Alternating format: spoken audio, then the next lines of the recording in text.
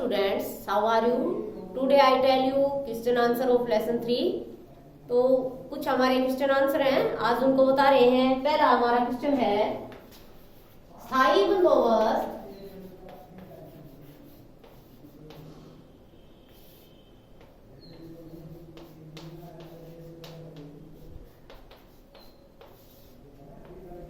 के मुख्य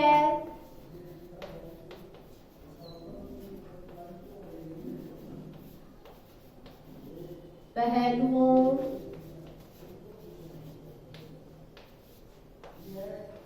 का वर्णन करो।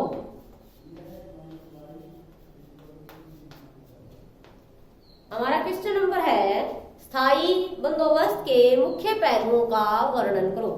अब स्थायी बंदोबस्त कब लागू हुआ था, किसने लागू किया था, इसके बारे में हमारे इसी के अंदर क्वेश्चन बढ़ रहे हैं। कंपनी को 1765 ईस्वी में बंगाल, बिहार, उड़ीसा की दीवानी प्राप्त हो गई। इसका अर्थ था इन प्रांतों से भू राजस्व एकत्रित करने का अधिकार कंपनी को प्राप्त हो गया। कंपनी के लिए इस कार्य के करने के लिए अनेक समस्याएं सामने आई। पहली, उनका किसानों से सीधा संपर्क स्थापित न हो सका।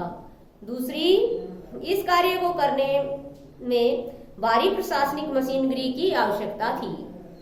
इन समस्याओं का समाधान करने के लिए कंपनी ने भू राजस्व की एक नई स्थायी बंदोबस्त को 1793 ईस्वी में लागू किया। इस स्थायी बंदोबस्त को लॉर्ड कॉर्नवालिस द्वारा लागू किया गया। अब इसकी कुछ विशेषताएं थी। भूमि को बोली लगाकर बेचा जाने लगा।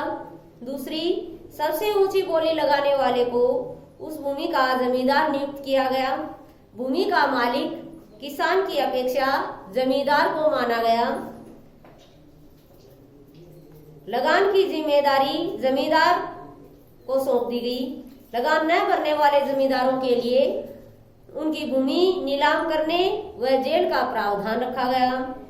लगान हमेशा फसल के शुरू होने से पहले दिया जाना आवश्यक था।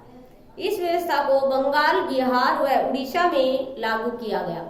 तो ये कुछ स्थायी बंदोबस्त की विशेषताएं थी। अब स्थायी बंदोबस्त के लाभ। इस व्यवस्था से एक नए जमींदार वर्ग का उदय हुआ जो शहरों में रहता था। इस वर्ग ने इस व्यवस्था से काफी धन कमाया। अंग्रेजों को इस व्यवस्था से लाभ प्राप्त हुआ। उन्हें बिना प्रशासनिक खर्चे किए निश्चित समय पर निश्चित धन प्राप्त हो जाता था। अंग्रेजों को साल के आरंभ में धन प्राप्त होने से उसका इस्तेमाल उन्होंने अपना व्यापार बढ़ाने में किया। इस व्यवस्था के माध्यम से उन्होंने जमींदार के रूप में स्थायी मित्र प्राप्त हुआ जिसने आजादी तक अंग्रेजों का साथ दिया। लेकिन स्थायी बंदोबस्त से अंग्रेजों को लाभ के साथ साथ कुछ हानियां भी हुई। तो अंग्रेजों को हानि क्या हुई स्थायी बंदोबस्त से? तो ये अब है हमारी हानियां। इस व्यवस्था से अंग्रेजों को उतना लाभ नहीं हुआ जितना उन्होंने अनुमान लगाया था। इसका कारण था 20 वर्षों के लिए लगान निश्चित होना, यानी कि उन्होंने 20 वर्ष तक लगान को निश्चय कर दिया था, जिसके कारण वह अच्छे उत्पादन होने पर भी लगान में वृद्धि नहीं कर सकते थे। स्थायी बंदोबस्त के कारण स्थायी बंदोबस्त के कारण किसान से उनकी भूमि छीन ली गई तथा उस पर भारी भरकम कर लगान थोप दिया गया। तीसरा, किसानों को लगान के साथ साथ जमींदारों को समय समय पर तोहफे भी देने होते थे, जिसके कारण किसान की हालत दयनीय होती चली गई। नेक्स्ट, कृषि का उत्पादन भी घट गया क्योंकि नया जमींदार शहर में रहता था। नए जमींदार कृषि कार्यों में रुचि भी नहीं लेता था, जिसके कारण किसान व कृषि बर्बाद हो गई। किसान भूमि का मालिक नहीं था, इसलिए उसने भी कृषि भूमि में सुधार करना छोड़ दिया। ये कुछ स्थायी बंदोबस्त की हानियां थी। अब हमारा नेक्स्ट क्वेश्चन है, महालवारी व्यवस्था स्थायी बंदोबस्त के मुकाबले किस तरह से भिन्न थी?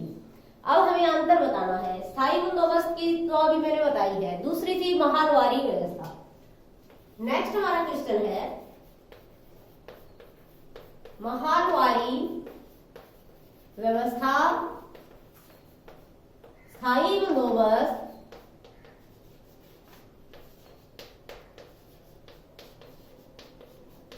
स्थायी बंदोबस्त के मुकाबले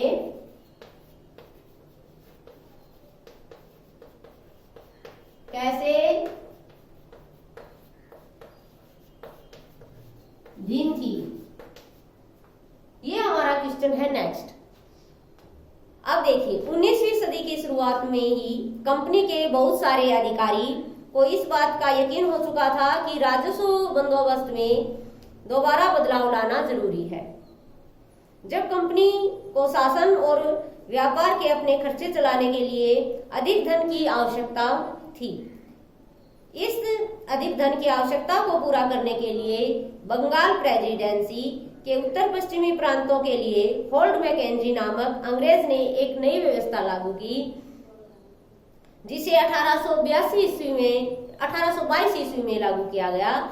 इस व्यवस्था को सफल बनाने के लिए कलेक्टरों ने गांव-गांव का दौरा किया, जमीन की जांच की, खेतों को मापा, विभिन्न समूहों के रीति रिवाजों को दर्ज किया। इस व्यवस्था को महलवारी व्यवस्था कहा गया। इस व्यवस्था और महलवारी व्यवस्था और स्थायी बंदोबस्त में निम्नलिखित अंतर थे। पहला, ये है महलवारी व्यवस्था। महलवारी व्यवस्था स्थायी बंदोबस्त की तरह भूमि को बोली लगाकर बेचा नहीं जाता था, अपितु गांव की भूमि का सर्वे किया जाता था। दूसरा, महलवारी व्यवस्था में लगान देने की जिम्मेदारी गांव के मुखिया की होती थी, न कि जमींदार की। तीसरा, महलवारी व्यवस्था में स्थायी बंदोबस्त की तरह भूमि का स्वामी जमींदार न होकर संपूर्ण गांव होता था। नेक्स्ट, स्थायी बंदोबस्त में भूमि का लगान निश्चित था, परंतु महलवारी व्यवस्था में लगान निश्चय नहीं था। यह उत्पादन के आधार पर कम या ज्यादा किया जा सकता था। लगान फसल के आरंभ में न लेकर फसल काटने के बाद लिया जाता था। महलवारी में अंग्रेजों और किसानों के बीच की कड़ी का काम जमींदार न करके गांव का मुखिया करता था। महलवारी को बंगाल के उत्तर पश्चिमी क्षेत्रों में लागू किया गया, जबकि स्थायी बंदोबस्त को बंगाल, बिहार, उड़ीसा में लागू किया गया। स्थायी बंदोबस्त को लॉर्ड कॉर्नवालिस ने लागू किया, जबकि महलवारी को होल्ड मैकेंजी ने लागू किया। स्थायी बंदोबस्त 1793 ईस्वी में लागू किया गया, जबकि महलवारी व्यवस्था 1822 ईस्वी में लागू की गई। ये थे कुछ महलवारी व्यवस्था और स्थायी बंदोबस्त के अंतर। नेक्स्ट हमारा क्वेश्चन है, रेत नील की खेती से क्यों कतरा रहे थे?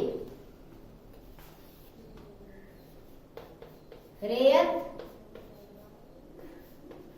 नील की खेती से क्यों कतरा रहे थे? ये हमारा क्वेश्चन है नेक्स्ट। अंग्रेजों ने, आंसर देखिए, अंग्रेजों ने अपने मुनाफे को बढ़ाने के लिए ग्रामीण इलाकों से न केवल राजस्व प्राप्त किया, अपितु यहाँ यूरोप की जरूरतों के हिसाब से सही फसलों का उत्पादन भी आरंभ करवाया। 18वीं सदी के अंत तक कंपनी ने अफीम और नील की खेती पर पूरा जोर लगा दिया था। इसके बाद लगभग 150 वर्षों तक देश के विभिन्न भागों में किसी न किसी फसल के लिए किसानों को मजबूर किया जाने लगा। अंग्रेज सबसे अधिक परेशान किसानों को नील की खेती के लिए करते थे। 18वीं सदी तक के अंत तक भारतीय नील की मांग और बढ़ गई। ब्रिटेन में औद्योगिक क्रांति शुरू हो चुकी थी और उनके कपास उत्पादन में भारी इजाफा हुआ। अब कपड़ों की रंगाई की मांग और तेजी से बढ़ने लगी।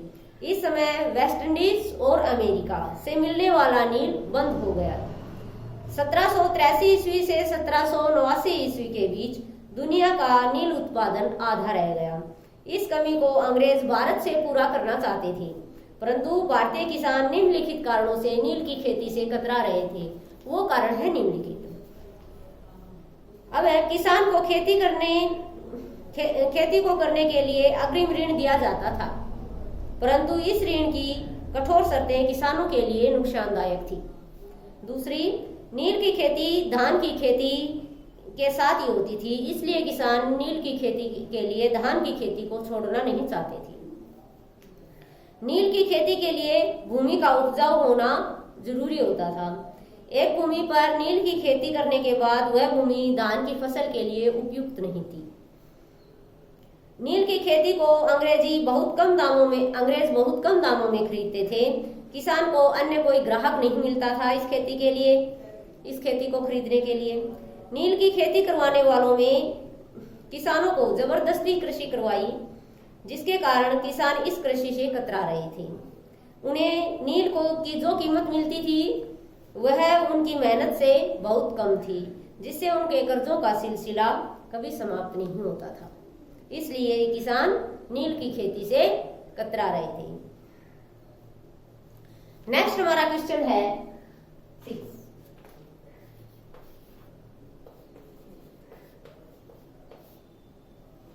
किन परिस्थितियों में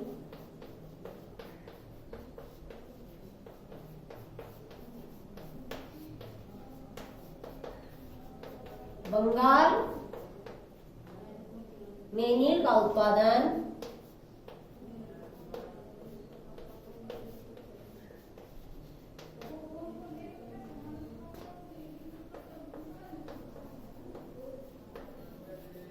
धराशायी हो गया?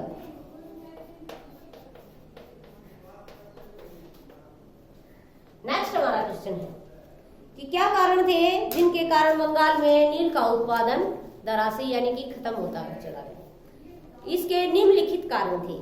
पहला था, नील की खेती और धान की खेती का समय एक ही था।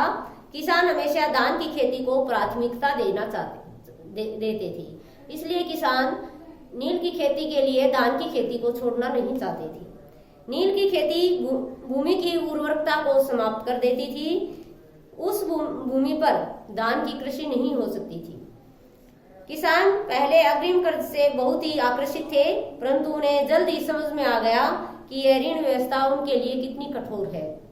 बागान मालिकों का दमनकारी व्यवहार भी नील की खेती को ले डूबा। अपेक्षित जमींदार भी किसानों को नील की खेती के विरुद्ध भड़काने लगे, जिससे किसानों ने विरोध का रास्ता अपना लिया। नील की खेती से प्राप्त होने वाला धन इस खेती में लगने वाली मेहनत से काफी कम था। उपयुक्त निम्नलिखित कारणों से बंगाल में नील की खेती पूरी तरह से धराशायी हो गई। तो ये थे हमारे बड़े क्वेश्चन। तो इनको आप अपनी नोटबुक में राइट करिए, चाहे उनको किताब में से सर्च करके या फिर दीपक गाइड में से सर्च करके इनको नोटबुक में राइट कीजिए। अगर आपके पास ये नहीं है तो जैसे मैंने बोला है उनको आप नोटबुक में साथ साथ राइट करते जाएं।